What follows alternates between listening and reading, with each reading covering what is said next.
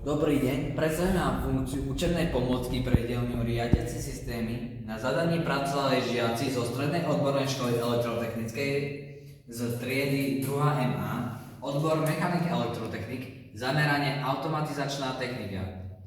Zapojenie je zostavené zo 70% súčiastok od značky Noir. Pri výrobe na nás dohliadali majstri odborného výcviku. Výrobok pozostáva z dvoch častí, rozvádzač a ovládacia skrinka. Pre uvedenie do prevádzkového stavu musíme zapnúť prúdový chránič, ktorý plní úlohu ako hlavný vypínač. Po zapnutí sa nám rozsvietia červené kontrolky, ktoré signalizujú, že dopravníkové pásy 1 až 3 sú vypnuté alebo v poruchovom stave. Po stlačení tlačidla Central Start sa rozoznie siréna po dobu 3 sekúnd a následne po ďalších 3 sekundách sa zapne kontrolka, ktorá signalizuje simuláciu chodu pásu 1. Rozoznie siréna na 3 sekundy, po ďalších 3 sekundách sa zapne kontrolka, ktorá signalizuje simuláciu chodu pásu číslo 2. Rozoznie siréna na 3 sekundy, po ďalších 3 sekundách sa zapne kontrolka, ktorá signalizuje simuláciu chodu pásu číslo 3.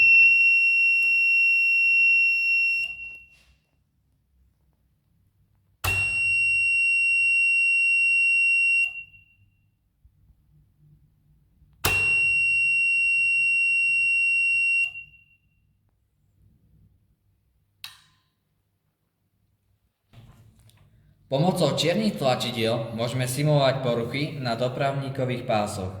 Pri poruche pásu 1 vypne automaticky pás 2 a 3. Zhasnú zelené kontrolky a rozsvietia sa červené kontrolky.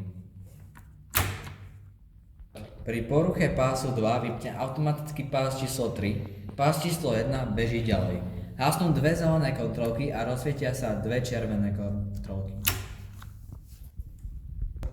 Pri poruche pásu 3 vypne iba pás číslo 3. Pás číslo 1 a 2 bežia ďalej. Hasne zelená kontrolka a rozsvieti sa červená kontrolka.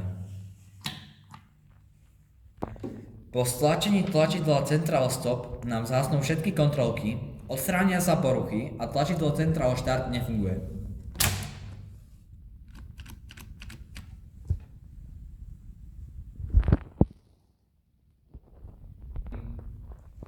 Central Start bude fungovať až po odaretovaní tlačidla Central Stop.